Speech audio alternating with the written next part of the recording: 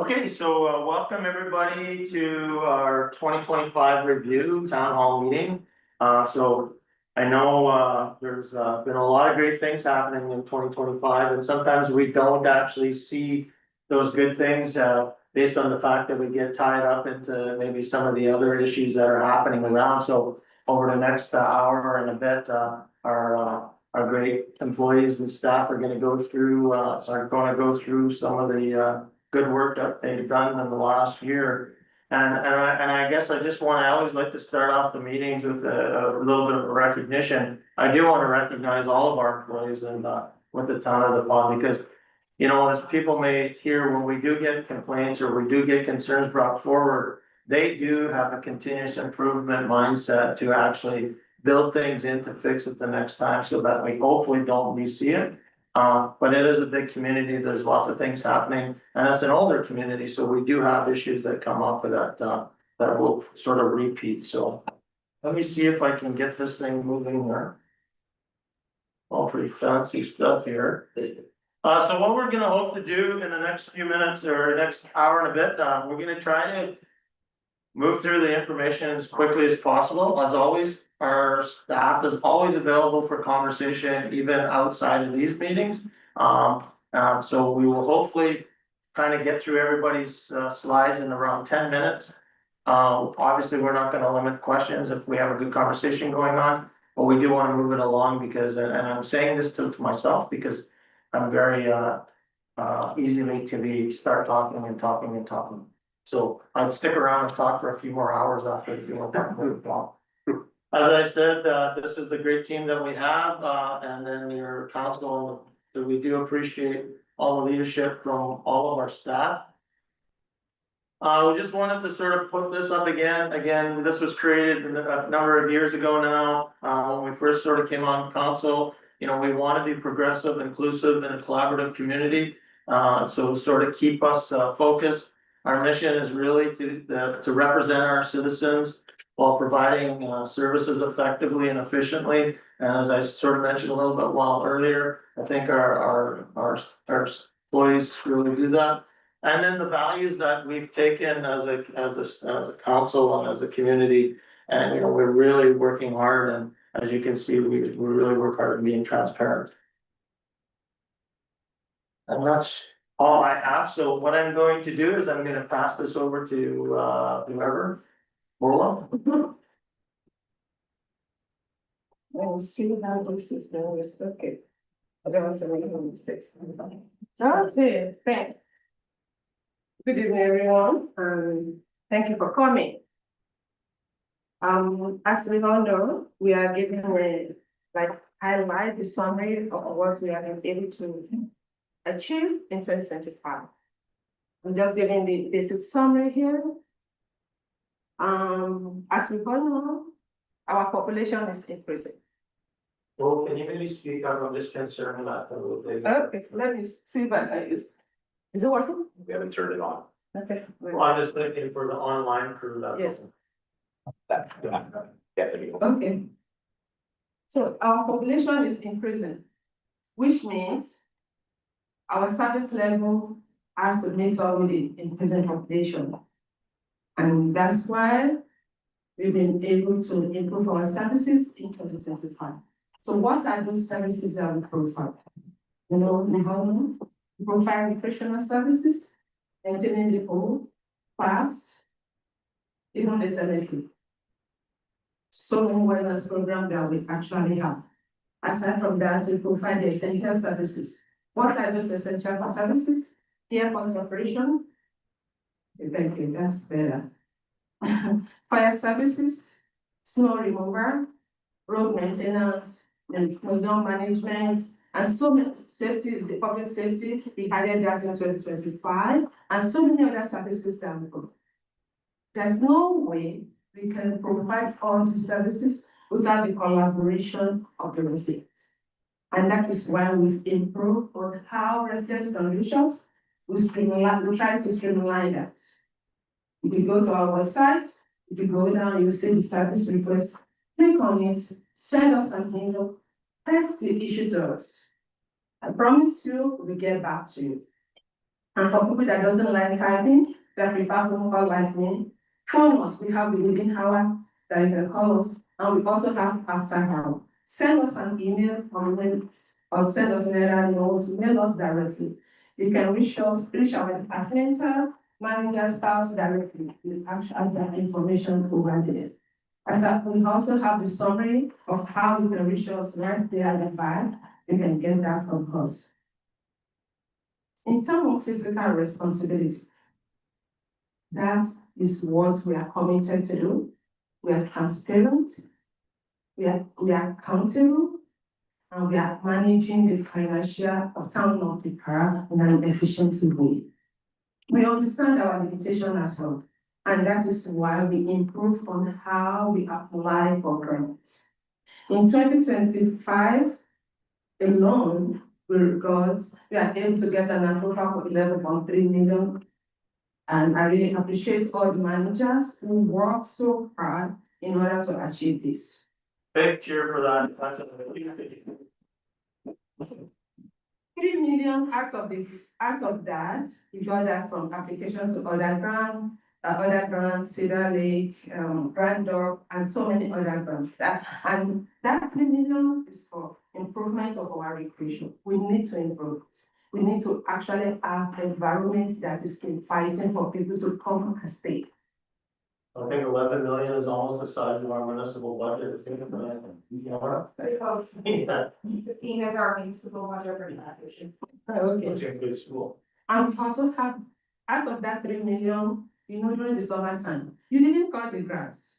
CAO, that grass is not cut, so that part of that, we use it to employ our summer students. The 8.3 million is a bigger one that will take care of 3 big projects that will be useful now and in future.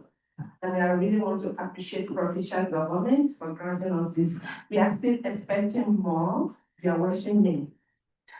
So, the other managers will be giving more information on what we are going to use this money for, the project, the timeline, and other more information you can get from us. If you look through your site, you see the picture over there. On that note, let me see that I'm going to the next page. We have about 8 managers here. We have 7 physically here, and we have 1 online in Winnipeg, the airport manager. And they are going to cover all the projects in 2025, and this is what they are going to cover. They explain the transparency, the accountability, the improvement, the growth, the sustainability, and all those things that we're able to achieve in 2025. On that note, I'm going to call on our controller, and she will present our financial for 2025 within like 10 minutes. Ask any questions, she has answered to everything. That's the problem.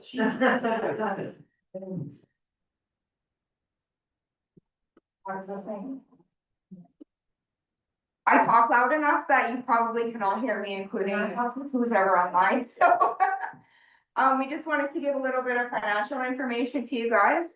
So currently, the town's annual debenture payments will total just under $491,000. And 2 of our debentures retired at the end of 2025, which freed up nearly $376,000 annually to reinvest in our other reserves or other projects. I would like to note that this lagoon debenture for almost $300,000 is actually coming out of the water rates. It doesn't come out of taxation. So just for clear, taxation, 191,000, which is about just under a mill rate, right? Correct. So reserve contributions have been steadily increasing over the last 10 years, enabling the town to plan for and complete a greater number of projects.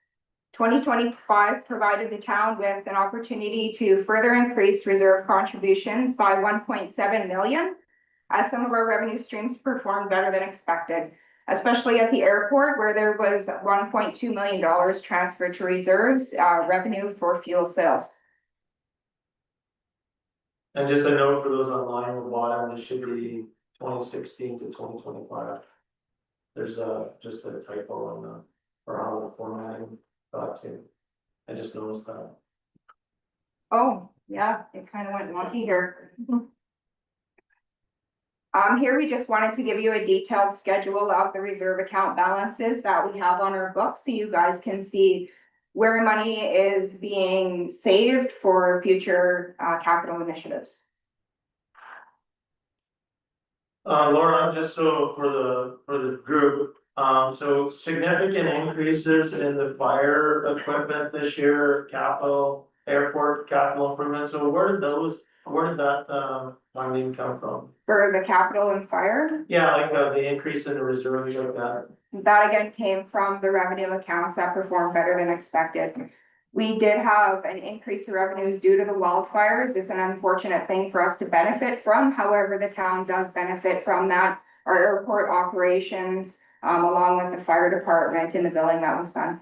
Yeah, so just for the public, the fire department, that was like 300 and some thousand. $353,000, And then the airport was. over- 1.2 million. Yeah, so that's on fuel sales, so that's, for people to understand, that's where the airport, generates really most of their revenues from fuel sales, from airplanes landing and taking off.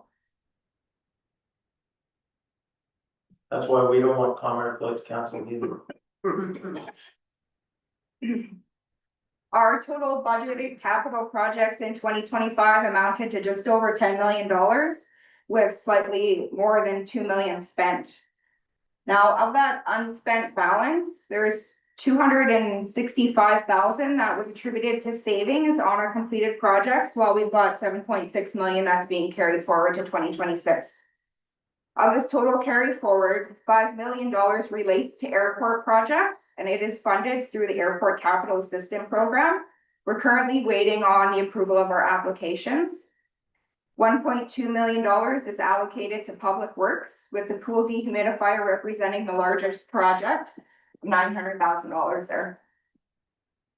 $1 million is allocated to recreation, and that was kind of a variation of different projects here, all of these ones. This is being rolled over to 2026 and is actually going to form part of a larger project, a $2.7 million initiative, and it's going to be 50% funded by the Manitoba Grow Program.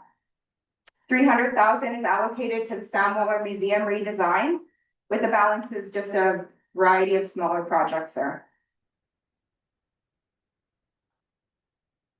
As council moves forward with more strategic approach to paving, the major paving projects that were planned for 2026 will be deferred to 2027 and combined with future years into a single larger project. This approach is expected to save the town about $650,000 in mobilization costs and $170,000 in debenture interest. So just, I guess, Sam, do you want to sort of give people like an idea of what your thoughts are on that and how you kind of came to that? What, so people would see? Right, so the amount of savings that we would see is a result of the mob and demob costs. So every time we bring a company to the pod to do paving, we eat, anywhere from 150 to 300,000 in mob and demob, depending on what type of work and the scale of the work that they're performing. So as we kind of showed that and demonstrated that to council and to our CFO, or our controller, the idea was, well, we can maybe get more bang for our buck if we consolidate them into one large project versus these smaller ones. So this is something we're considering, and we'll have more discussion at the upcoming council meetings as we go through our budget process. Now, I don't have an achievement slide, but I would like to point out to the public that we did roll out a utility water billing program this year, so that you can actually sign up online, get copies of your utility bills, pay your utility bills online. So I do encourage the community to go to our website and sign up for that. Also this year, we're going to be putting forth another program where we'll be able to set up your property tax payments and installments for you if that's something that you wish. So please watch for the post on that. Sure. Alright.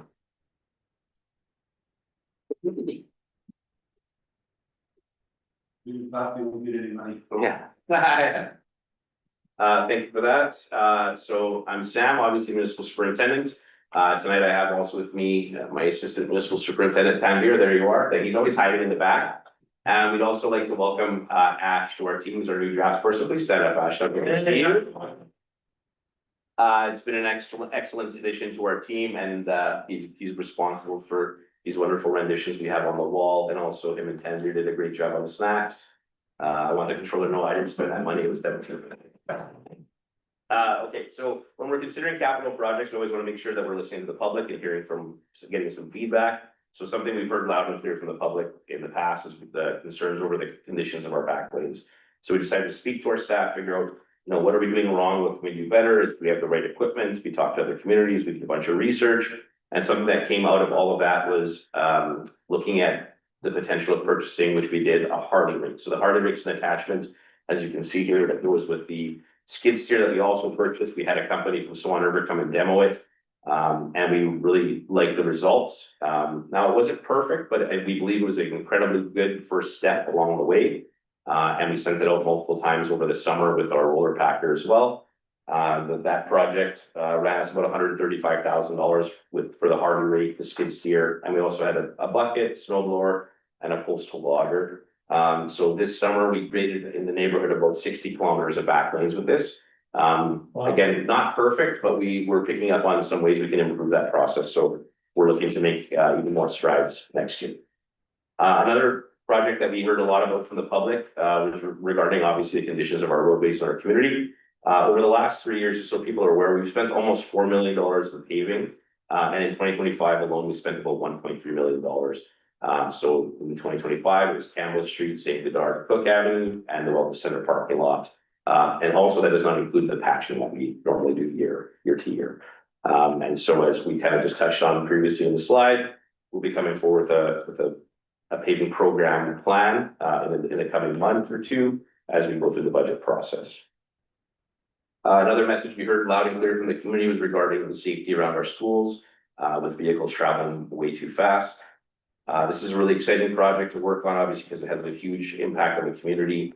And one thing that was actually worked out really well for us, the postal logger that we bought for the skid steer allowed us to do this work in-house. And so just performing that project in-house paid for the postal logger already and then some. So huge savings, did the work internally, and we're really pleased with how it turned out. And I think, this is where you have some community support that's required out there, like, if we have the time and that in-kind stuff. Like that's like Rotary and stuff like that, there's some potential with their work. Yeah, absolutely. And so a lot of people were surprised at the cost of the school signs. Yeah, we were able to drive it down considerably. We did some revamping, so we got the price down to just under 30,000. Because the addition of the postal logger was, but we were able to do it a lot more efficiently and not have to contract it out. And then highways was responsible for their section as well, so. Some other projects we were happy about. One of them, it doesn't seem like much on the surface, but we put a new network booster in the arena. So obviously that's a service level improvement. So if you're in the arena, your cell phone would never work. So if you ever wanted to FaceTime, to show the grandkids off, maybe it wasn't possible. And also it's a safety precaution, right? So if something was ever to happen in the rink and you need to dial 911, we didn't want to have it unavailable for that service. So small project, but we believe it huge increase in service, and also it's a factor as well. Another one that is we purchased a 2023 John Deere Tri-Deck mower with 150 hours on it. The old unit we had was very tired, was underpowered, significant breakdowns, issues getting parts. And the purchase cost, just so people are aware, this Tri-Deck mower was $99,000. A new unit would run us somewhere in the neighborhood of 160,000. So I want to make sure we give Tanvir a lot of credit because he spent many hours on his computer fighting to find a good price, and we were very patient. And I think that savings was huge for the community as well. So stewards of the taxpayer dollar. Another purchase we made this year was a mini excavator. So this was all about council sort of stressing to make sure we have the right tools for the right job. So in making this purchase, we were ensuring that we have the right tool for the cemetery. It'll remove the requirement to rent these units in the future. It's very versatile with many attachments that we can add. And then one of the attachments we did purchase for it is a cutting tool, which will allow you to trim trees. So with the extended boom out, you can trim trees. So along the walking path, any canopy effect. The community safety officers will tell you when we go into the parks and stuff, there's little areas that are sort of a little bit hidden or allow for sort of nefarious, maybe activities, we can now come in there and sort of just shave that all away and kind of make that a little bit more open and put the public eye to it, I suppose. Some of the other highlights that we wanted to talk about, we created a new position of an operations specialist at the garage. This was to help workflow and to manage our workflow through from the garage to the office, through us, through management as well. This will ensure, we believe, that the public will get faster response times, closing the loop of communication between the office, the garage, and the shop, to make sure that we can get back to people in a more efficient time and also have better record keeping of all the work that comes through our office. Another project we're working on that we're just on the tail end of wrapping up is the water modeling program. So what this will do is it'll allow us to understand our system's vulnerabilities and also ensure that as we have development rolling into our community, that we know that we are ready for it and we know where to invest money in the future as we go to increase development in this community. Sam, is that a barrier right now to economic development within the community? I would say so, yeah. There's not only the pressure in our system in certain parts of town, but also our capacity is something else. It's another thing that we're looking at moving forward through our water treatment reassessment plan. So as we kind of learn more about these unknowns, we can now prepare in terms of our capital planning 5 to 10 year, so that we know where the money needs to be allocated and how much we need the reserves to. And you're expecting that report when? I was hoping by the end of January to have the water modeling back in our possession. And once we have it, then it can be manipulated moving forward. So it'll be a great thing for us to have. Water treatment savings, we went and looked to see if we can find some savings in our water treatment plant. We were able to find some redundancies that we were able to remove. The removal of those redundancies, it's not gonna stop the increased costs, right? Because, you know, wages go up, chemicals go up, but it definitely, it stopped the curve in its current trajectory. So we're really proud of that. And something that we're really proud of, and this is, I mean, we have to give a lot of props to the fire department, obviously, the airport staff, the CSOs, was helping with the wildfire evacuation, and maybe Trevor will speak to it in this presentation, our airport manager. But we had somewhere in the neighborhood of 7,500 people evacuate to our airport this summer. And that was kind of one of the greatest things I've ever been part of, to be honest. So we're really proud of the work our staff did there. Manitoba GRO, it was kind of mentioned in the slides previously. We secured $8.1 million funding for the GRO, the recreation hub upgrades, Centennial Park, the trap, etc. Former Lidle feeder rebuild, and the waste stream diversification and capacity building. So that is the landfill. So expanding our capacity landfill, also diversifying the waste streams we can accept. And I'm happy to say that for the Centennial Park and the Lidle, the feeder rebuild, we'll be having an open house during Trappers Festival, where we invite the public to come and give us some feedback as we sort of take the first steps through these projects. They're just in the beginning stages of planning, so we want to make sure the public is fully engaged and behind us and supportive. We have a couple little renditions of some ideas that we have, obviously, that we can build upon with the public. You know, the exciting thing about that, the theater rebuild is that, that's an insurance claim. So there's a replacement plan, or what do you call that, replacement cost. On the insurance part, and by adding the $2.5 million. So, you know, if you say the insurance, or the Lidle rebuild on the insurance is $2.5 million, we've got $2.5 million, that's $5 million without any taxpayer input. Zero. So that's a significant achievement, and our staff should be super proud of what they've done there, so. Yeah, so we're looking forward to a very exciting 2026 for sure with these huge projects sort of on the go. And just to kind of give you some additions, so the upper picture sort of looks like the Lido, but that's what is it? Pantages Theater that Number 10 Architects has created some designs for. That is currently the architectural company that we're working with, that we've received a proposal from, that we're just waiting on insurance to approve. Once insurance approves that their package, then we can start the design and kind of move forward. And then just some renditions of some parks. And then the least kind of glamorous thing is the landfill sort of expansion, so. No, and then when you're talking about landfill, though, just so it's clear, it's about modernization of the waste stream collection process, right? And as well as, improving the capacity. So, looking at how we collect, waste, as well as how we deal with it when it actually lands in the collection process. So that we get the most value, so, maybe multiple trucks, maybe you have to pull your can to the front every, at a scheduled time where somebody's gonna come by and the truck and have two guys jump out and all that sort of stuff, so. Yeah, thank you for that. Yeah, that's it. That's exactly correct. I will turn it over to Kelsey. Exactly.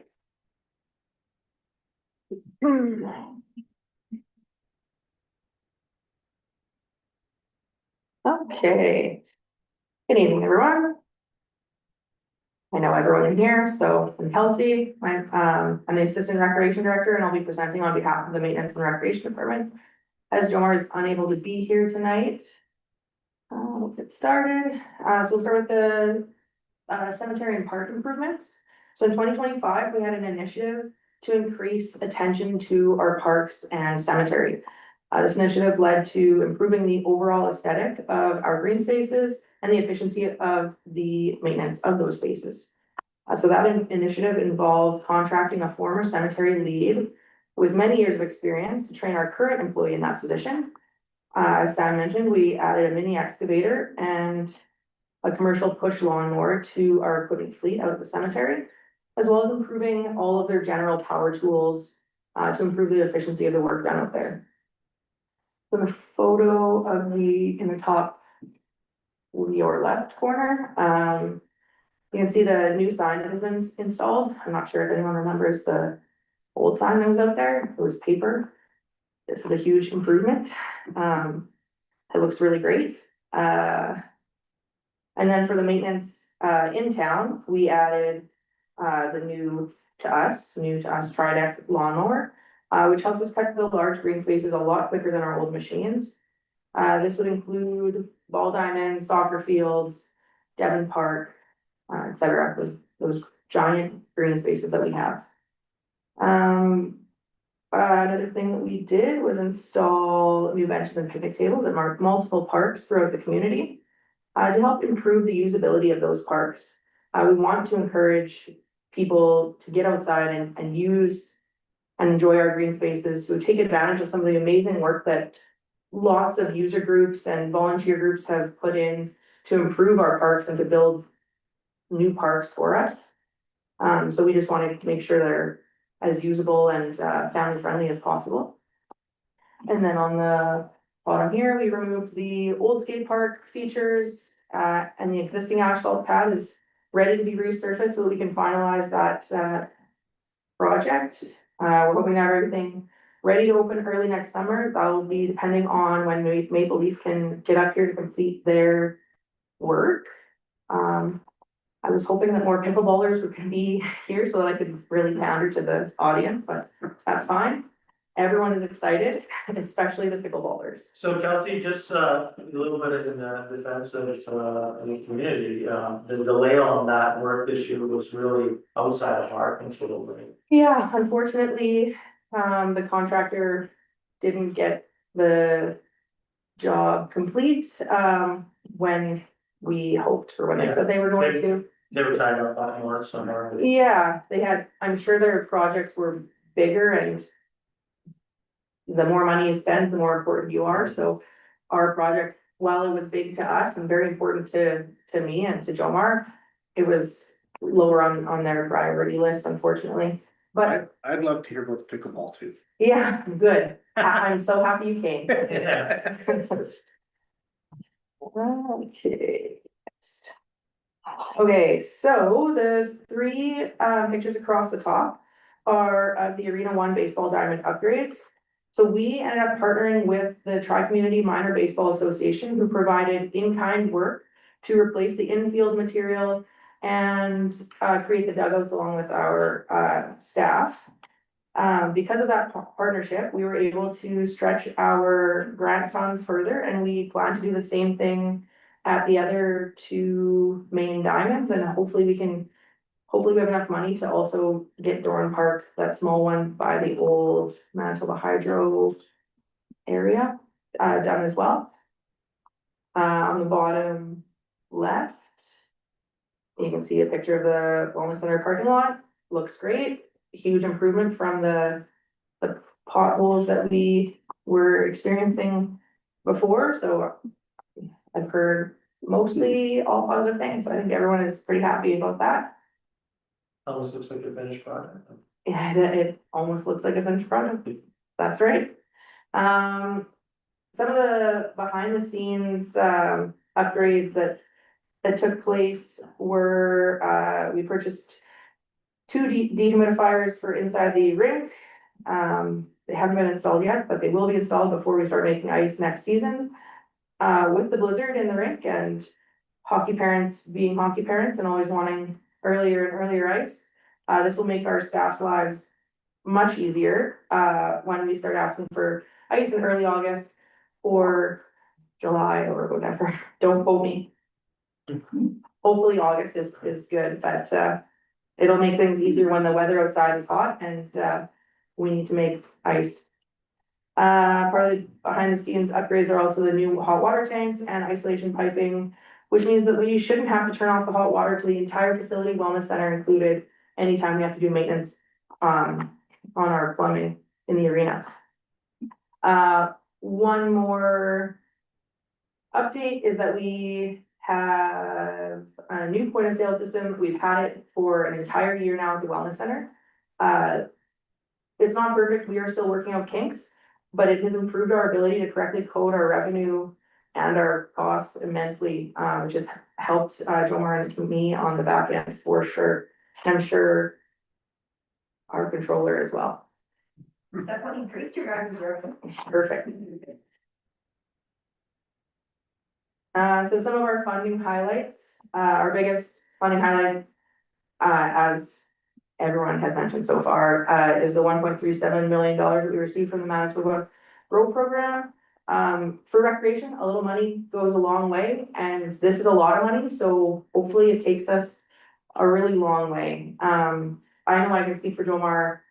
We're all so excited to be part of this huge upgrade to the recreation renewal project. We also received $100,000 from the province and it was from the Ground Up program, and $45,000 from local granting programs to help fund the court resurfacing project. And our final one on there is the $65,000 we received from the Ground Up provincial program. Initially that was for the Arena One improvement, Arena One baseball diamond improvement.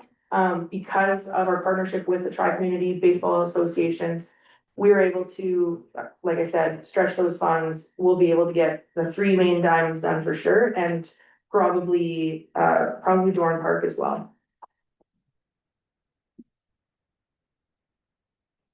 Okay, these ones are my favorite. So just before you go Sure. on, Kelsey, so when, I think one thing that I think the community's been speaking about a long time, I know there's still some details to work out, but in that original recreational project, you're talking about rubberizing the volleyball strand track to bring it to a standard where there's now opens the door for other opportunities to apply for like Manitoba Summer Games, Manitoba Provincial track things and stuff like that, which Yeah. really drives economic development as well. So Yeah, it's a huge improvement to our community, and it really opens the door for lots of different events that we can hold.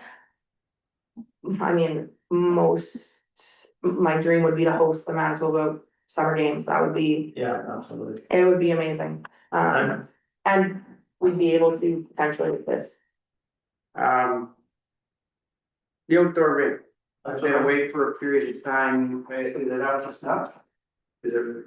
Yeah, We bring your got- skates down. Very well. Yeah, no, it's good, it's open. I'm not sure if the Blizzard players have been on it to clear it yet, but I was talking to their trainer late last week, and he said that they would be getting out there, and a couple guys at a time would be helping to keep the snow off whenever possible. As long as it works with their schedule and stuff like that. And the skid steer help with that? Yeah, the maintenance staff been taking it with the snowboard to help them kind of use their own equipment to make sure that they can get it moved off. They're working out some kinks with the height of the snowboard, but because you don't want to get too close to the ice, so we're trying. And I don't think we've gotten a ton of snow since the ice has been in. Okay. I know that they used it definitely before they flooded, and created the ice, but I'm not sure if they've needed to use that, like, Okay. powerful of a machine since it's been open. There were some board replacements and, we had talked about retwining the nets and that kind of thing in previous years. Is that still to be done? We'll have to talk with the rec director, a lot of where if they get the staff. Yeah, Joe Arm had talked about it, put together a maintenance program Yeah, 2 years ago, and I just interested to see if it's come along any further. I know that. Well, I shouldn't say no. I think the plan, when we replace the twine on the blizzard gate nets, like the tournament nets. Okay. We'll Mhm. cycle them to the practice nets, and then those practice nets can then get put onto the outdoor rink nets. Just because they're nice and heavy, even if they don't have to look the prettiest, but they're nice and heavy and they won't get. Report back to my Rotary Club and they'll be happy to hear that. I'm happy you will, and stop by one of these days and Okay. we can chat. Okay. Good, everyone? Okay, what's my favorite part now? There's no turning back. In 2025, we had 7,754 registrants in swimming lessons.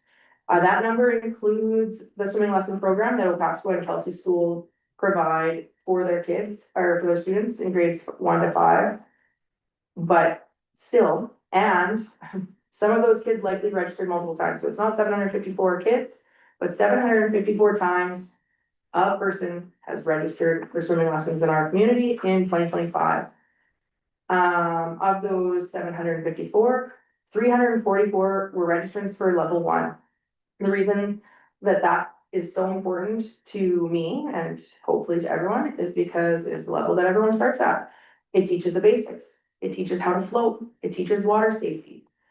We are a community that is surrounded by water. So for me to know that 754 times someone prioritized water safety, whether it was the school division making it a priority for their school or a parent making it a priority for their kids in their house, that is important to me. So I really appreciate it. I think it's important. It's a life-saving skill, and the fact that other people are prioritizing it makes me very proud.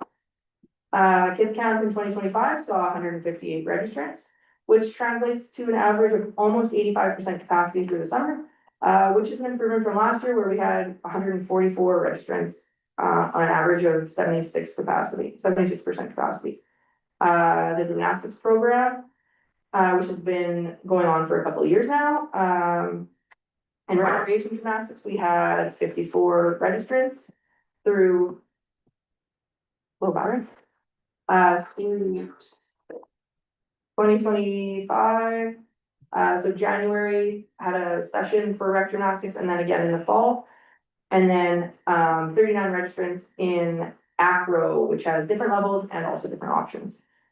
Minor soccer this summer had 225 registrants. And finally, the 2025 was the final year for the Moffat Family Fund to be managed by the previous committee that both Jomar and I sat on. This year, or last year, we had 21 applications, applying for over $290,000.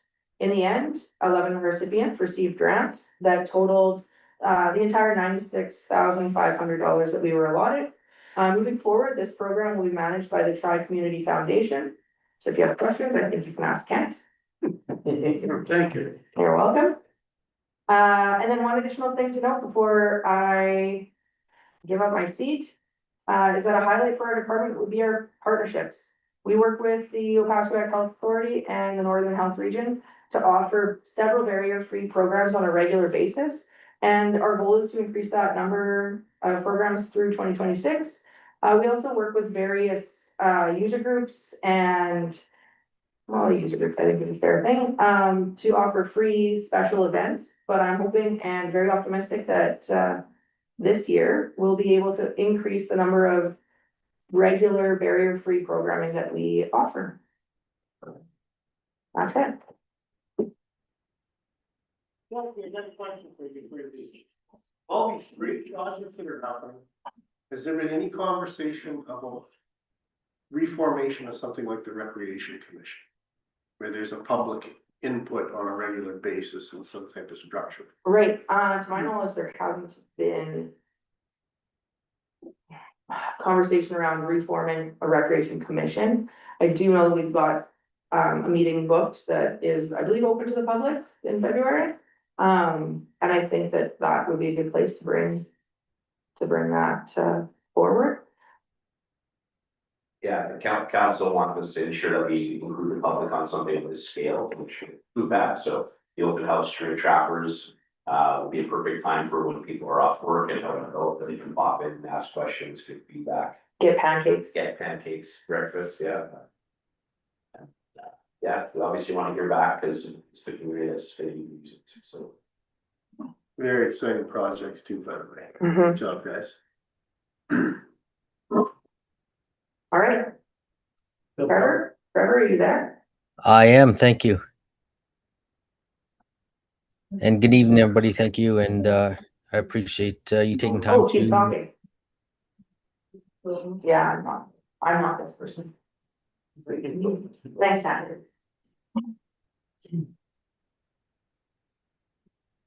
Hey Trevor, can you hear me? Hello, I can. So the best part of being muted is I'm done. So I guess we'll move on to the next slide. No, I'm joking. Thank you all for allowing me to have a few minutes of your time to run through the successful program that we had at the airport last year. And the reason, again, our airport is successful is not only because of the community, but the team that completes the town employee and our staff out there. So part of the airport project for 2025 was part of a refurbishment of looking to rebuild some parts of the airport through Airport Capital Assistance Program. That is a Transport Canada program giving money or funding towards certified airports. It's not guaranteed money, but it is a mechanism for us to at least put our name into the pot to receive these funds at no cost to the community or to the taxpayer in town people. So for the Airport Capital Assistance Program in 2025, we submitted 4 applications. One was for a full electrical airfield rehab, which comes in at about $3.6 million if we get it. A loader, which is about 500,000, a grader that is about 600, and a plow truck that rolls in about 500K. Again, that is at no cost to the town should it be successful. What we completed was the application process. We didn't actually get awarded anything yet, but we took the first step towards getting that monies. The second step that we did as part of the funding as well for Efficiency Manitoba, again, this is a completed submission, not necessarily that we got the money, was terminal and hangar overhead lighting replacements. So that's in all the buildings at the airport. So, going from your conventional light bulbs to all LED, which, again, with the reduced cost to the airport to to install these, the long-term savings is there as well. So that's been submitted. We're just waiting for full reimbursement or full recognition of that project to be set in motion. Another big part of our 2025 season, and I had started out by saying thank you to everybody. I think there's a number of people in the room with you right now, from the town management right to the council and mayor, and the 4 strong staff that are out at the airport that helped with the fire evacuation that took place, that had a significant impact on all the communities surrounding, including our own. But our team of 4 strong showed up every day, and sometimes those were 18, 20-hour days to ensure that our airport basically became I call it it's a fire base that has 3 water bombers, to having up to 10 aircraft on the ground at once. That included C-130s from the military, Chinook helicopters, Bell helicopters, otters, the twin otters that were, moving people in and out. So, as we talk about moving people, we talk about the aircraft that visited the airport. There was also other logistics that went in, such as, and things that are, I guess, second thought: porta potties, food, water, safe shelter for people. And that's really what the team came together. The town and the airport team came together and provided that. It was a multi-agency response, and we got kudos from the province on the behalf of being able to provide that service to the people that needed it at the time. Some of the things that we added to our facilities over the 2025 year, we've got a new mower to make the job easier for the guys, a little bit more ergonomic, a new pressure washer for our equipment, for our buildings, for our floor, airfield line painting. That's, basically you have roadway markings, airports have line painting for taxiways, for an aircraft to follow a line to make sure that they're always in a safe operation, always, wingtip separation from any obstacles that could potentially cause hazards to them. And then our last thing was a new VHF radio. Again, something small, but help the team do their job day in and day out.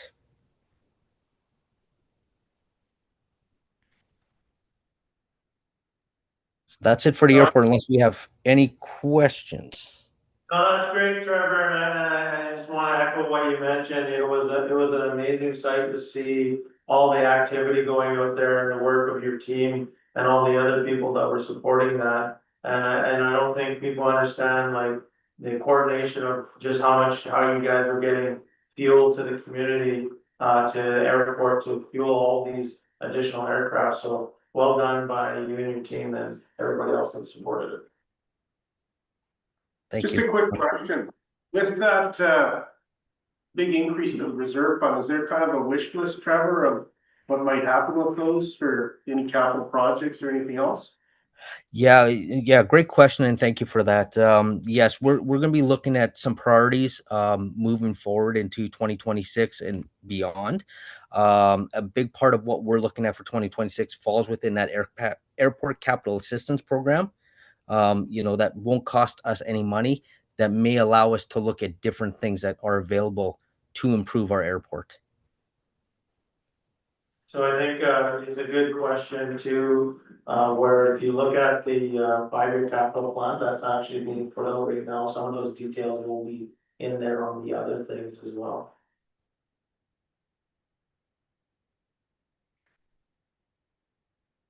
Can always use a new building. Thank you, Trevor. Okay, thank you.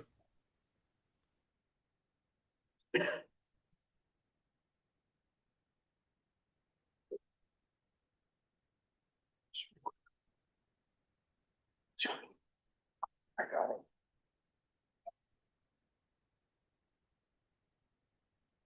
Okay, so just kind of a year in review for the fire department. This year was a busy year for us. We were out on all the wildfires in our not our area, but throughout the north.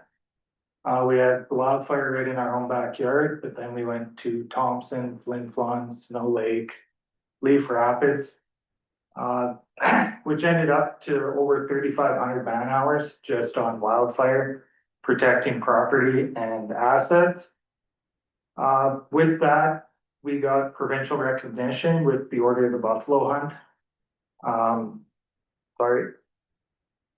So this prestigious provincial honor recognizes the exceptional service and dedication that our members put out.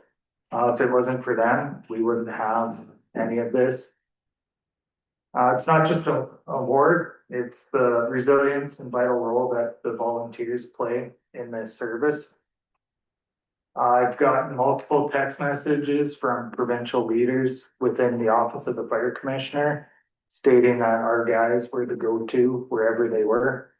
So we were the first ones to get called at 4 a.m. to go wherever they needed us, so. Another thing we were able to complete was 90% of hose testing of all of our hose.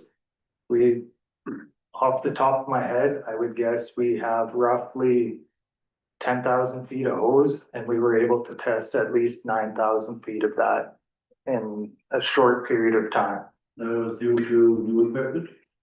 But yeah, that was due, council approved the purchase of a brand new hose tester for us. That we were able to get that done in a pretty timely fashion, so. Mitigation to that is we know our hoses are safe, we know that they aren't gonna fail when we need them the most.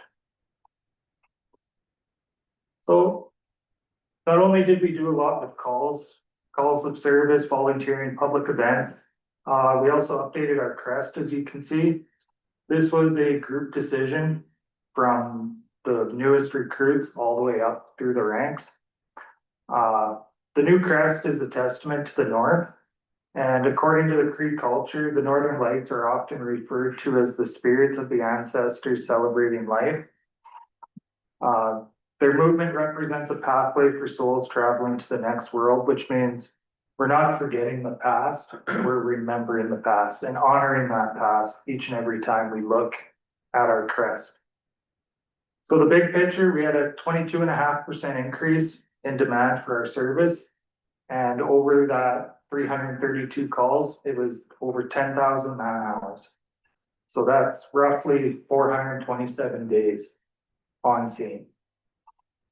So this spike put an additional strain on our equipment and personnel. But as chief, my focus is to ensure that our response time remains sharp, but also focusing on the prevention so that we don't see this call volume again. Some trends, we've seen an increase in grass fires. Same with structure fires.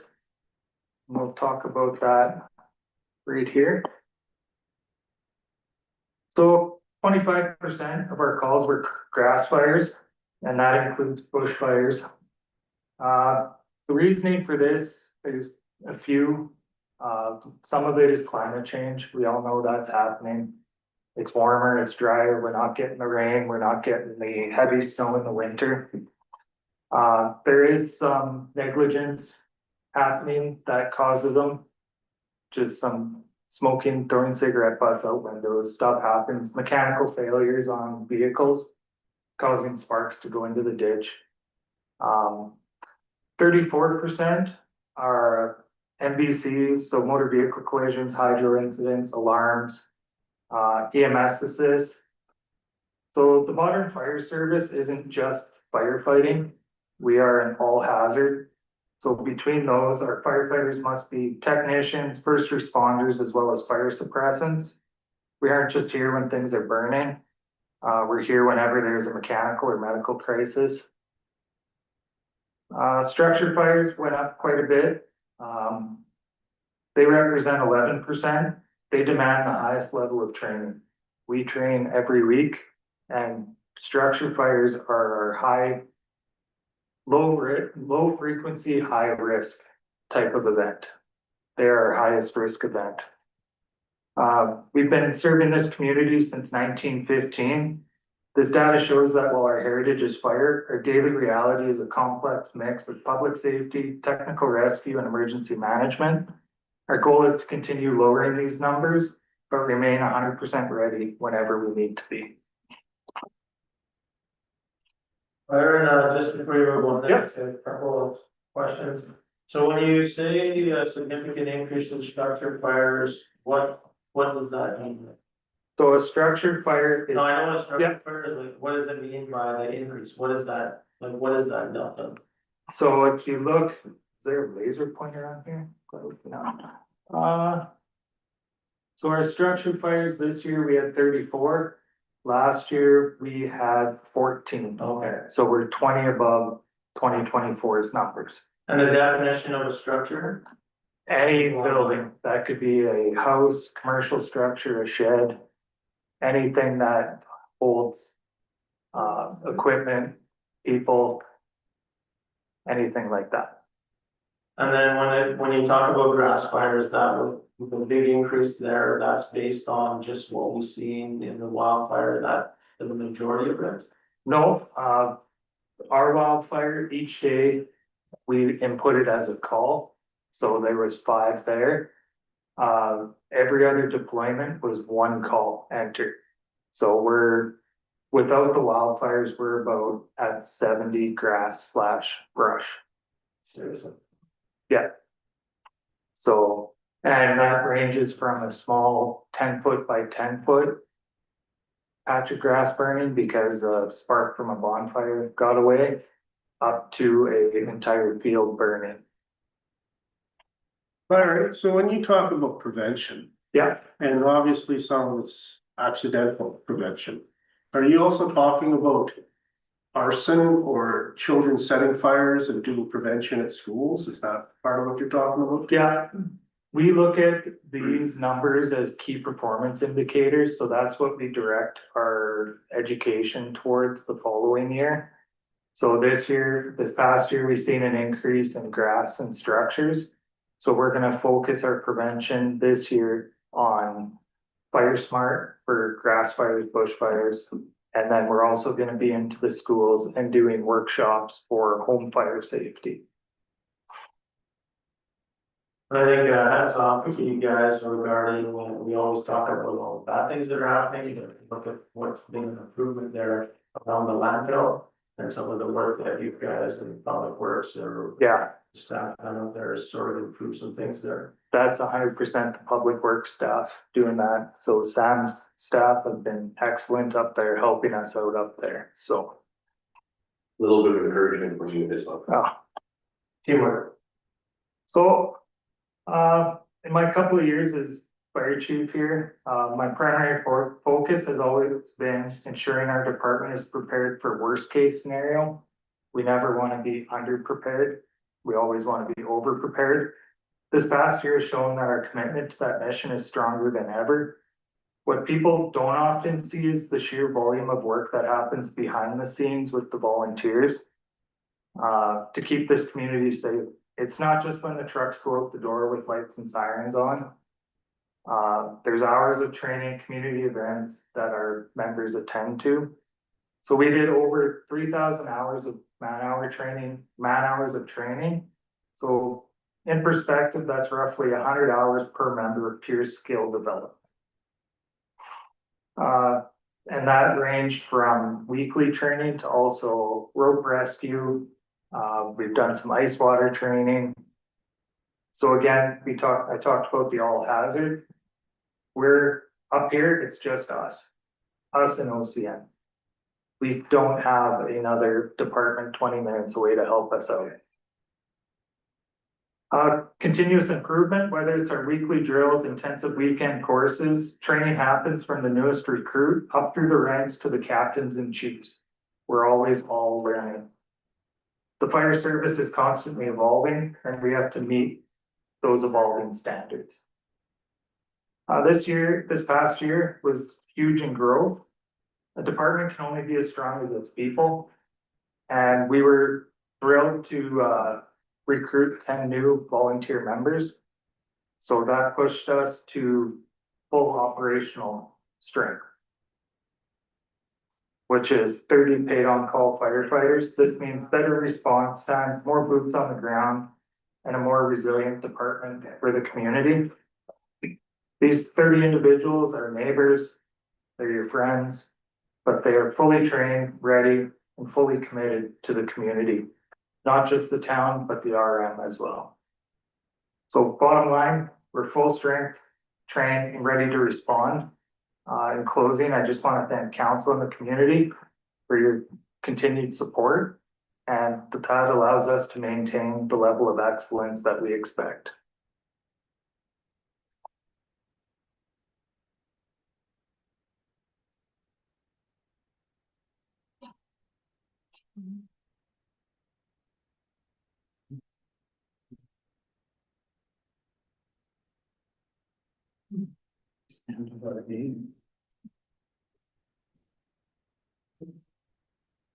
So I'm Jonathan Lalonde, I'm the Economic Development Officer here in the PAW, and I work under the PAW Community Development Corporation.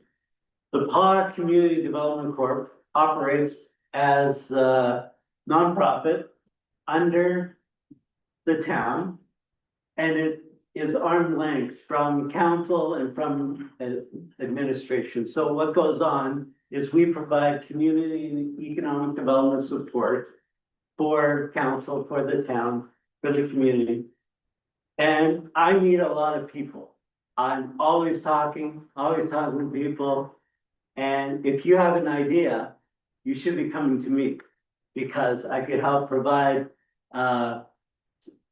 guidance on some of the policies the town has, some of the bylaws and procedures that need to take place for development to happen. And this could be from buying land, buying lots from the town, developing housing or starting a business. So in the 2025. Jonathan, can I just ask one quick question for clarification? It's the town of the Paw and the RM of Kelsey Low, right? Yeah, so the Community Development Corporation gets funding for both the town of the Paw and the RM of Kelsey, which I also provide support for the RM on some of the projects and some of the projects that are partnered between the RM and the Paw. 2025, following our mandate, I've had 126 meetups. There's social media posts, pretty active on social media, gaining lots of support there. Business visits, 101, and number of calls, inquiries that came into the office was 232. So that helped to facilitate 21 new business license issued from the town. 10 new business discussions, which some of these businesses we've seen have already opened, and there'll be more to come in the new year. 10 housing discussions from single family dwellings to large scale apartment projects. 4 residential lots sold. 12 immigration support letters. We've also had discussions with the housing co-op, which has now been incorporated in 2025. And they're planning to move forward with housing development in the new year. And also a daycare co-op working group, which is looking to incorporate as well. John, just a quick question. You said Yeah. housing. That's specific to senior housing? Or is that housing co-op? The housing co-op is the Northern Lights Housing Co-op, which there was a survey that went out. Almost 100 respondents, and they provided a lot of input from there. The project was developed, they've incorporated, and they're coming up with plans for that. But it will be specific for senior. 55 plus and senior housing, yeah. One big project that carried out in 2025 was the storefront improvement program. There were 9 applications received from businesses or owners of businesses, because some businesses lease their spaces. That total estimated value was almost $100,000 that the business or the owners invested in their buildings, fix up their property, their storefront. We've seen some new windows, doors, helping facilitate anchors for signage, and siding. And Clearwater Wellness, we also have seen some outside security with pot lights lighting in front of their storefront and access, visible access to their store. So rebates given out, it is a rebate program, which is some of that goes back to the business owner or the landowner, and that was almost $12,000. So we will continue on with the storefront improvement program for 2026. And we're figuring out how much money we'll have available. As well, we did form a partnership with the Chamber of Commerce, which will have money available to help support the businesses. Another big project, a lot of research went into this, the Northwest Manitoba Immigration Initiative. A partnership is formed between 5 communities: Swan River, the Paw, Flin Flon, Snow Lake, and the Arnold Kelsey. We submitted the proposal to the province in 2025. Which we're planning to start this year in 2026, and it will run for 3 years.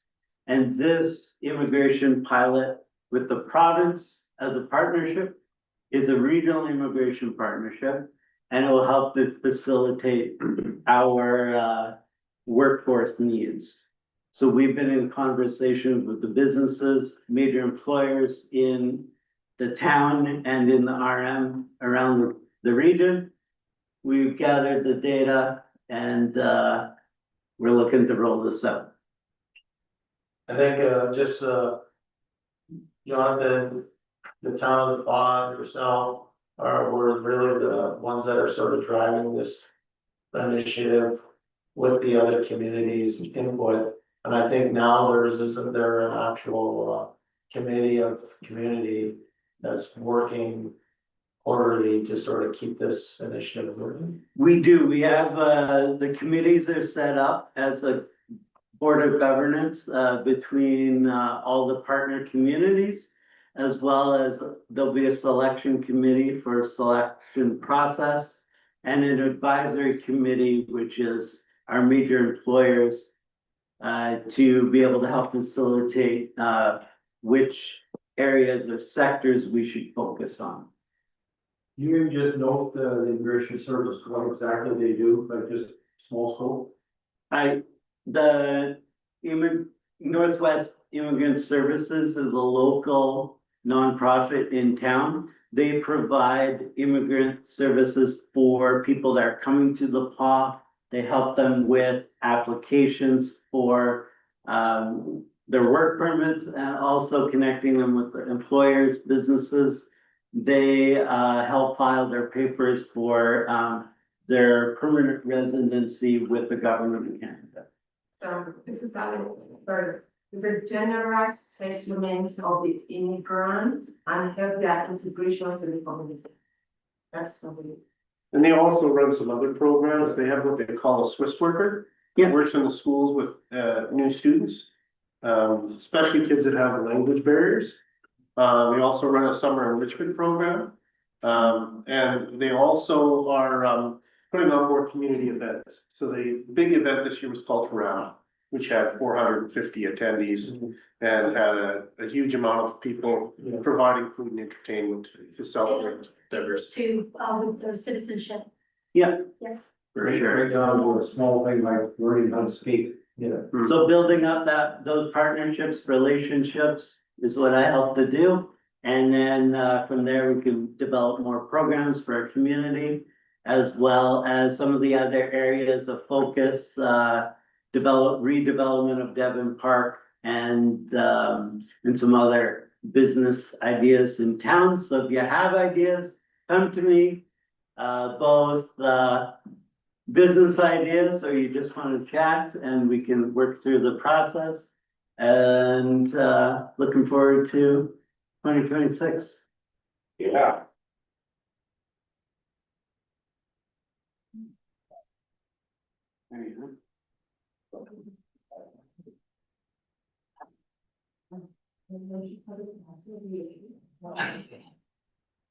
Here we go. Hi, I'm Mike Connors, I'm the Community Safety Ops Manager. Today, I'm gonna talk about what we did in 2025.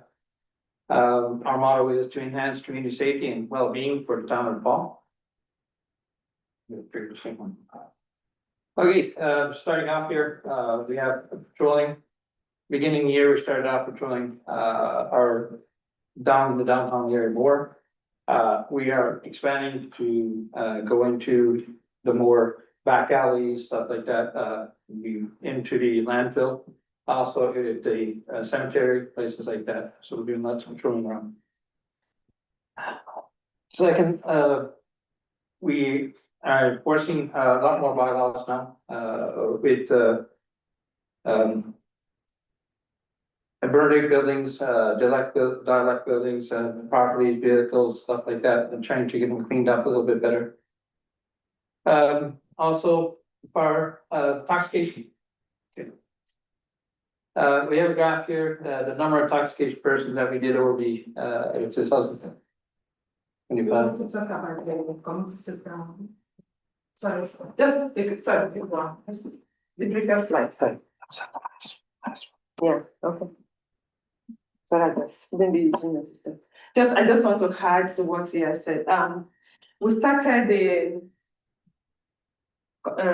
safety department in 2024. And the objective is to make sure that we improve the safety of our community.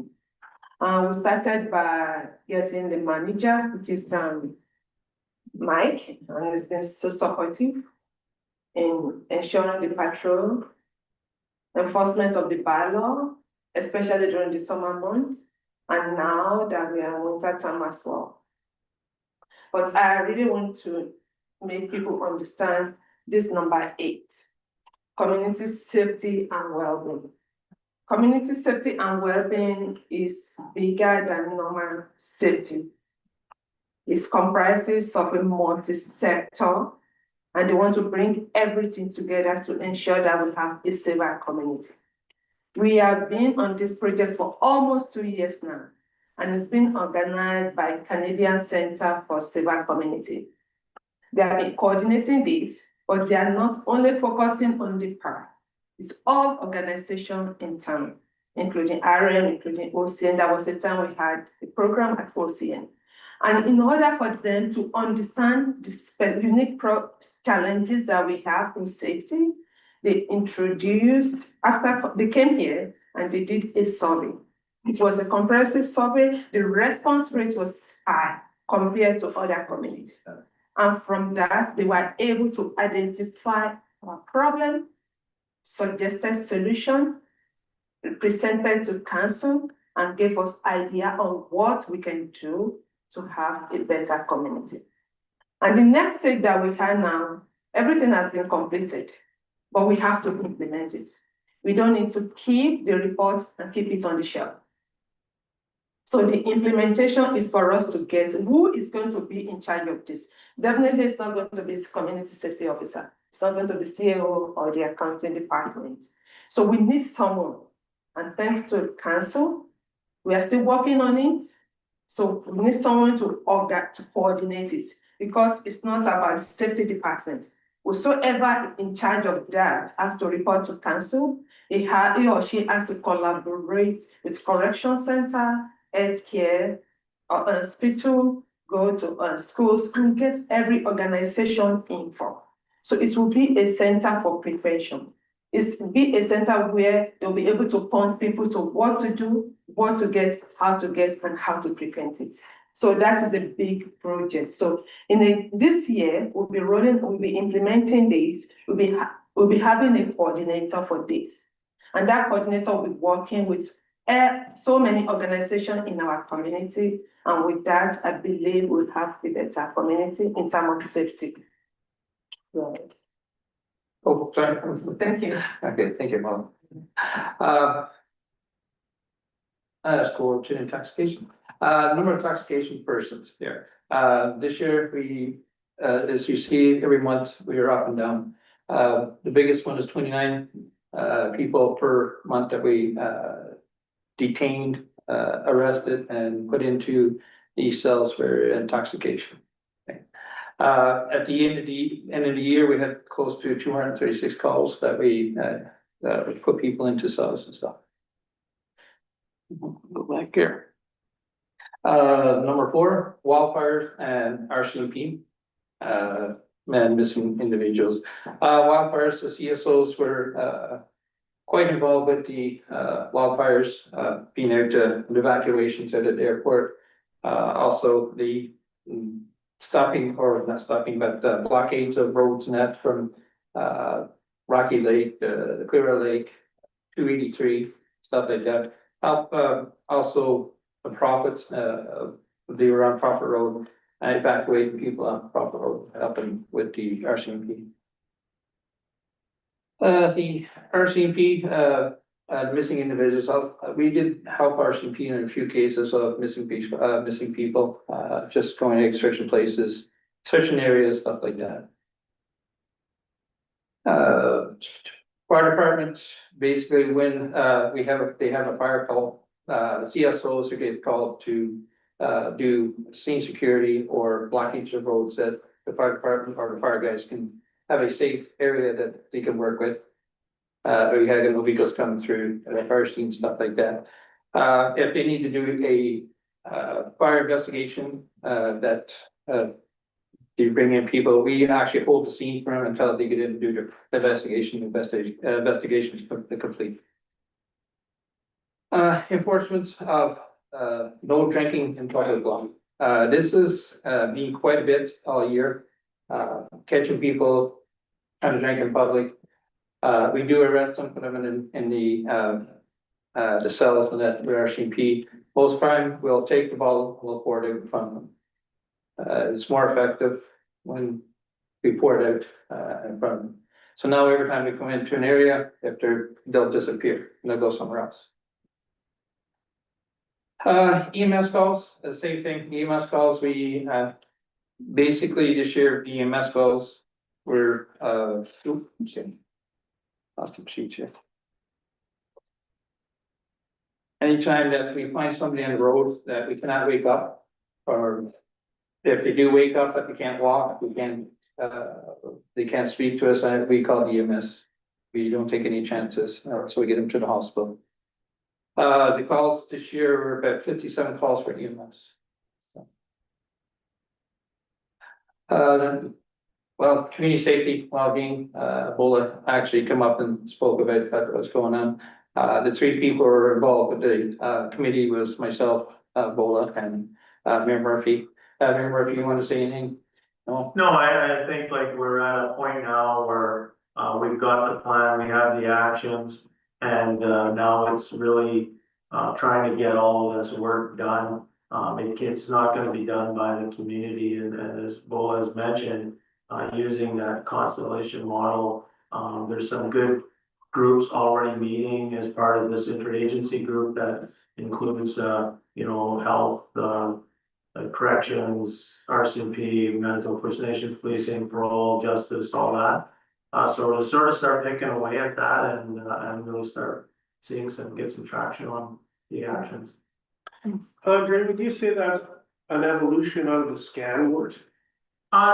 There's some overlap, but it is quite different. And there's some things that are within the community safety wellbeing plan that's already being done, that's got identified. So like we understand the issue with homelessness or house, people without homes or the healthcare gaps.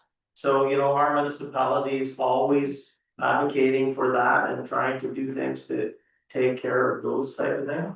We've found that there is a quite a disconnect between the agencies on what services that are provided. So there's, like I said, we haven't, we're gonna be rolling out a little bit further at the end of this month, but there is some scan stuff there for sure. The issue is what Mike has mentioned as well as mentioned. The famous or what typically happens with these reports is they land on the shelf. And then somebody else comes along 5 or 6 or 7 years from now and does the same report again. And then we say, didn't we do this already once? The important part now is to actually get somebody to actually coordinate it for us. You can't sit on the end of somebody's desk. It's important. A lot of communities that have done this work have seen big value in it. And it takes an investment from the community to actually do it. And an investment means there is some funds that is gonna have to be put forward, to have somebody coordinated to push it. And there's good measurements to see if you're actually making any gains with regard to how the program is developed. So there's, we have actions. We have things that we have to accomplish, but there's also key performance indicators that show whether it's effective or not. And that's what we need to do. Okay, the next one is a graph up here, that's EMS and, or like I was explaining, the EMS and RCV and fire assistant data. A lot of our calls that we got were around the time at the end of April. This is when the wildfire started, right? Evacuating people were coming in from Flin Flon and all over the place. So we had a fluctuation, a lot of people coming in, so our call volume went up, right? As they start exiting town, going to Winnipeg, places like that, volume went down. And again, at the September, they peaked up again. That's when basically we have a lot of influx of them coming, the evacuees coming back in to go back to their communities and stuff. So. And just some pictures. Any questions? I think, Mike, one of the things that people don't maybe see in front of you all the time is when you're dealing with bylaws and derelict buildings and grass cutting and all that sort of stuff. There's a process that has to be followed. That's not like you can come and force somebody to do something. So, and it takes a bit of time. So you're issuing letters and follow-ups on that before the town can actually step in. So Usually it goes from Schedule A. Schedule A is basically, we send out and said, we identify a problem. We're giving you so much time to fix it. If you don't fix it, we give them a Schedule B. With Schedule B, same thing is you have a certain amount of time to fix it before the town steps in. For you. yeah, so it's, I know people think that Mike can, the bylaw officers can just go and do something, but there is a bit of a process behind that.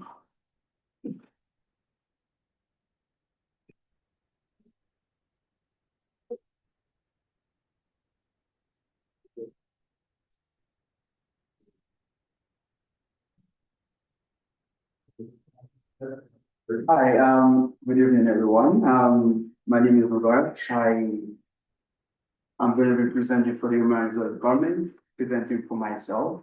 I probably have the most boring slide today. So you probably will see colorful slides, sorry. Mine is going to be very basic. For my department, you will see a lot of public facing projects. You will see all those beautiful diagrams you're seeing here.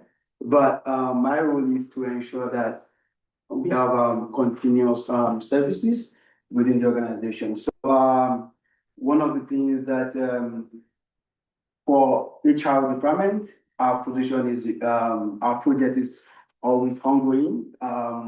We have to always continue ensuring that things are getting done. So one of the things for last year, 2025, was we were strategic with our talent acquisition and retention. So we spend a lot of time, we spend much time, trying to fill the position where it's vacant or probably when we have a turnover. So what I was able to do, I was able to reduce the time to hire. That's the time to hire is the first time you contact the candidate to the time that they start the position. So we have been able to reduce the time to hire by up to 22% across all departments. Another thing that we were able to do was to optimize our job application and recruitment process. Previously, one of the, more like the only way usually would be for people to send in resumes via emails or sometimes, walking to the town's office to, submit applications. And sometimes we get complaints of, okay, maybe they didn't see my application or maybe it's got missing or something. So one of the things we've done was to improve how that is done. So if you go to our website now, you go to employment opportunities, you can easily just submit, your resumes or apply for any position. And within just maybe 3 minutes, you you submit your resumes, we get it at the back end and we compile it with the list of, applicants. So another thing that we've been able to do was to attend job fairs and promotions and events. So surprisingly, a lot of people, even though they've been Manitoba all their lives, many of them don't know that we have a beautiful community up north. So one of the things that we've done was to travel all the way down to Winnipeg, thanks to the support of the management and the community for, sponsoring that event, and the Northern Manitoba Council for sponsoring that event. So one of the things we've been able to do was to put the park on the map, tell people about how beautiful the community is, how we have a very beautiful lake that they can come and see in the summer. And due to that, we've been able to bring people all the way from, different parts of Manitoba through that D2 contribution. So what are the impact of some of these things? Most of them, you wouldn't see them at the park, but the team, the community would feel them when we get them done. So one of the things would be by filling the criteria, the critical vacancies faster, ensuring that community infrastructure projects are, on time, they are scheduled properly, and public services were fully, staffed. Another thing would be to recruit strategically, leading to high retention and, creating a more experienced and knowledgeable workforce. We want to be sure that people that are responding to you are people that are very, very good at what they do, people that know how to give you what you need to know, people that can actually serve the community. Another thing we've been able to do, the impact of this is to increase awareness of the opportunities within our communities to neighboring communities through job welfare. I said that earlier, and we're still going to be going for more job fairs, telling people about how beautiful our community is, the things that they can do. I'm one of the beneficiaries of, people coming into this community and seeing that, it's a beautiful community on its own. So if I go to the next slide, another thing that we've been able to do, like I said, many of these things you wouldn't see them, but people who work in them will know. Labor relations and risk reduction has been very, very, I've been able to, work towards reduction of that. How do we do that? We have to proactively engage with our union. Currently at the time of the power, we are currently involved with 2 unions, the United Steelworkers and the Canadian Union of Public Employees. So one of the things we do is to ensure that we proactively engage them. We clarify any issue that might come from this, CBA, which is the collective bargaining agreement. We've reduced grievances and operational disruptions. So how does that impact the community? So one of the ways it will impact the community is to reduce the time managers spend on labor relations, spend on labor disputes, and that time is being spent on more productive, things. We don't want our public works manager, we don't want our superintendent of the town spending time having disciplinary issues where, where they can spend that time paving the road and, monitoring projects that are going on. So that is one of the things that we do. We've been able to prevent service interruptions, probably due to any issue from the employee that is, not happy or all of that. So we've been able to experience a more stable labor and workforce environment as well. And we've had a stronger focus on serving, residents rather than resolving, disputes within the organization. I'm going to go to the last boring slide.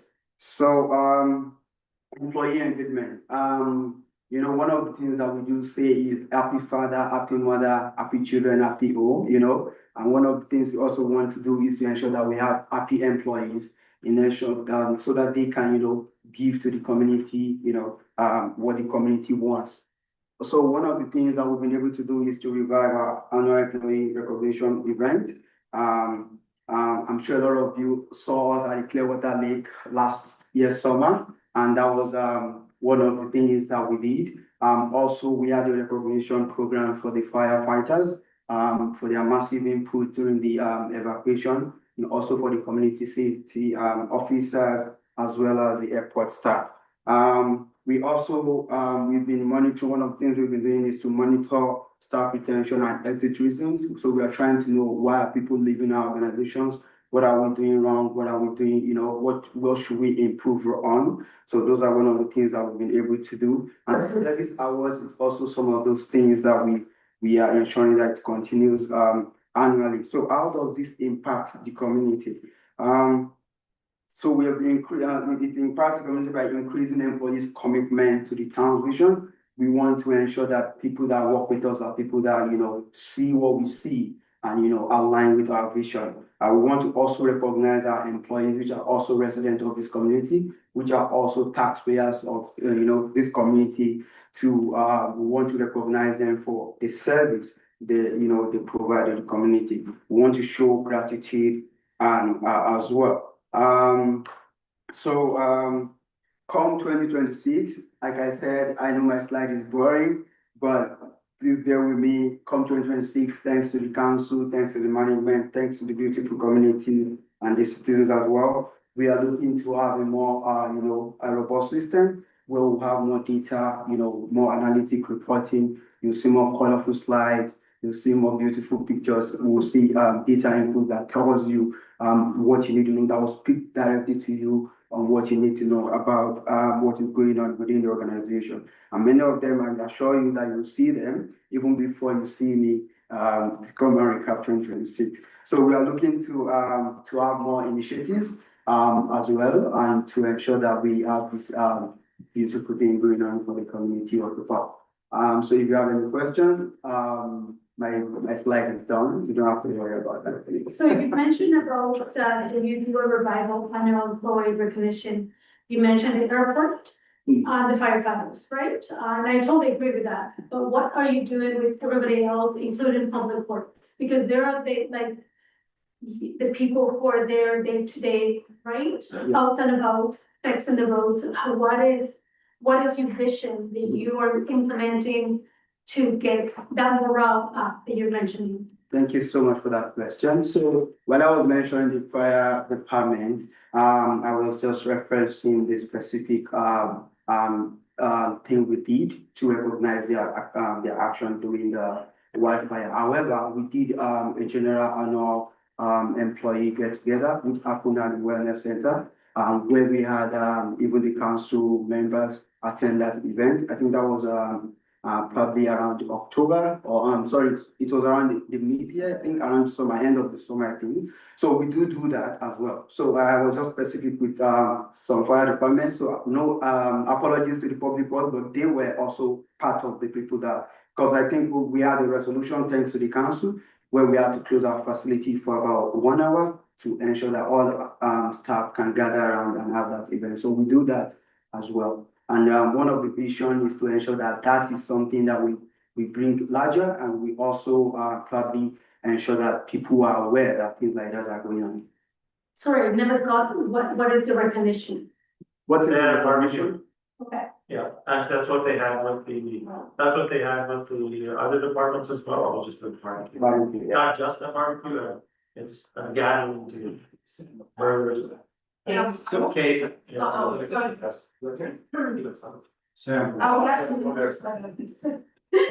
like to add something to your question. We do have a service center. So we recognize our staff who have worked here for 5 years, 10 years, the multiple of 5. So we do that annually, not only for one department, but all our. So you're an HR department of one? Yes. Yeah. And so how many employees would the town of Paul have? So currently we have a full-time employees of also 5, and we also have part-time members of about 25. So give and take, even with the summer students that coming. So we have at full capacity, we are going to be running at about 117 employees, including part-time. Yeah. So we've heard from all the different departments. So the HR structure is that those managers would create those job postings and whatnot and work with you in the recruitment process and interviewing. Is that kind of the structure of how you guys have HR set up? So how the structure goes is, let's say manager needs, maybe there's a turnover, or maybe there's something that is missing in it. For example, my department, along with the public works and then the finance department. And then we had, we're having issues with the communication loop or with the community. And that was what brought about the operations specialist position. Because my role is to ensure that what is missing, what are we, what are we not doing enough, what do we need? So when they come forward, they bring forward their issue relating to the employee. So when they bring that initiative up, we sit down, we look at how we can, get that resolved. So one of the things we do is they bring the issue, I do my research, try to see what are the things we need to do, what are the things we need, who is the person that we need. And those are the things that will now lead to we having to put out the job posting. So before the job posting can go out, there'll be several collaboration between myself, the managers, and that's one of the things that will happen with the operations specialist. And mentioning this community well-being and safety that's going to be coming up, the council, the management, the CSO is also going to be collaborating with the HR, because that position is not just going to be a position, it's going to be a part of the people, and I need to also be a part of that.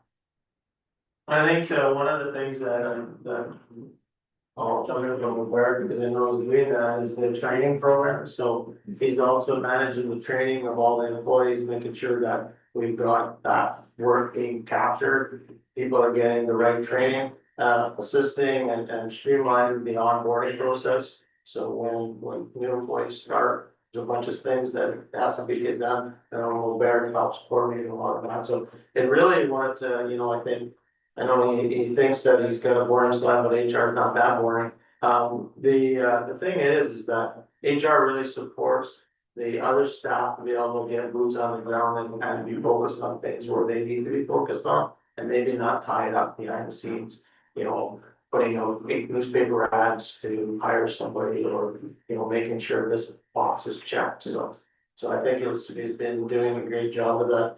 And I would give him one tip though. See, it's like he kind of got, he's a junior man, he actually didn't get to put his slide in, he should have been like second right after accounting. And then public works should have been last, because everybody like public works and recreation, and usually everybody likes to talk about those things. So I guess, yeah. Is there anything that anybody from council would like to add, or ask, or? I know we have four, do you have something, Councilor? No, I would just like to recognize the CSOs in our community, since I have a business uptown. You wanna maybe come to the front a little bit so that we can hear you? I would like to recognize the CSOs. I know that they're quite new here, but as a business downtown, and I talked to a lot of people, there's a big difference with the amount of people that are hanging around and are probably drinking. I hear a lot from people that do not want to come downtown to, or, because of that, and they are making the difference along with the RCMP. So I guess it's good, but I went public. Personal and public, thank you. Yeah. Good, does anybody else want to add anything? Councilor Hopper, Councilor Mann, Councilor Arnold, Deputy Mayor. Just kudos to the staff. And also, we feel that we look pretty good. That's only because of the staff. Big thing there was the amount of grant money that was found this year. That was all employees, looking everywhere, and ridiculous how much money that's taxpayer money that we don't have to pay. That's gonna show improvements in the community. You look at the pictures over there, and at one time, if you were looking at that, and even last year, without grant money, you wouldn't have any pictures out there. You wouldn't be looking at doing these big projects. And I think you're gonna see a lot of things coming in the next few years. Big improvements to the community, and these are all things that will attract people to our community, and that's what we're driving for: economic development, housing, getting more residents in the community. And say without our staff, we'd be dead in the water, because we don't have the time to look at that or the knowledge to find all the grants and do what they're doing. Kelsey talked about the running track. That's been talked about for years, and that people are gonna enjoy that. It's like I say, it's gonna push economic development in the community. You go there and watch the high school doing the track on the gravel and falling over the hurdles and stuff like that. This is gonna be a thing of the past. We're gonna pick up our speed too, so. Yeah. I'm past my hurdle age, sorry. Just great job, all the staff, Jason. Yeah. I'll keep it short. I also will echo Councillor Hopper in everything that he spoke to. The staff and Bola's team this year have not shied away from work. Congratulations on all the accomplishments that you all have achieved. And to 2026. Absolutely, yeah. And is there anything else anybody knows? So I'll just wrap up in 2026, there's a lot of exciting things as the administration has showed right now. And this is only a small bit of the picture. There's a lot of things going on, a lot of things close to the start line, around economic development, around other initiatives, as Trevor has mentioned, around the airport. So, you know, I see a lot of great things happening in the next couple of years for this municipality, which is just gonna drive the other growth. I know my friend always talks to me about economic development, but these are the type of programs and investments that will also support attracting that. And I'll just, if there's no questions, I'm just gonna wrap everything up. So is there anything before I? Are the presentations, the slides and whatnot on the town website? Yes, this is streamed online. There's 4 people. This is how I was gonna, did you have anything else? I know I got 3 people here, 4 people that are, did you guys have anything you wanted to add? Nothing, no questions? Well, I got questions, but I can talk to people individually. Yeah, no, that's fine too. Yeah, so no, because I wanna close things up and let people get on the road. This is live stream. There's, I did look at my phone and we had 4 people watching, and we have 4 people here tonight. And I don't think that, I don't look at this as a disappointment. I mean, this council has been committed to be very transparent and and get as much input from the community as we can. As my friend Sam has mentioned, during Trappers Festival will be further input. I say this because I'm sure people will watch it after the stream. If there's a way of improving what we're doing here, please let the office know. Like, you know, we wanna make it as effective as possible for you. We'll put the time out for you. And if this venue is not good, or if there's another way we'd like to do it, just let us know, because, you know, we will do this again within the next 3 or 4 months. And so, you know, we're looking forward to that. 2 other things, special service levy meeting, public meetings, March 4th. Just so anybody wants to know that. I know there'll probably be some notices going out on that in the next short while, but that's hot off the press in the last day or 2. So just so anybody wants to know, that's all part of that whole process that's been explained before. And the last thing is that we're 9.5 months away from the next municipal election. So if anybody's interested in being a part of the community, and maybe it's an exciting opportunity, it's an honor to be elected, to be able to help mold and grow the future of our community. If you have any questions on what it takes, ask one of your counselors. If you wanna know the commitment level, anything you need to know, but I would really encourage everybody out there. Now's your time, get involved today, stay involved over the next little while. And if you're really interested in running, put your name forward. It's a great opportunity to make a difference. So with that, we'll call it a close. Thanks everybody for watching. Thanks for everybody for coming out on this stormy night. And we look forward to more in 2026.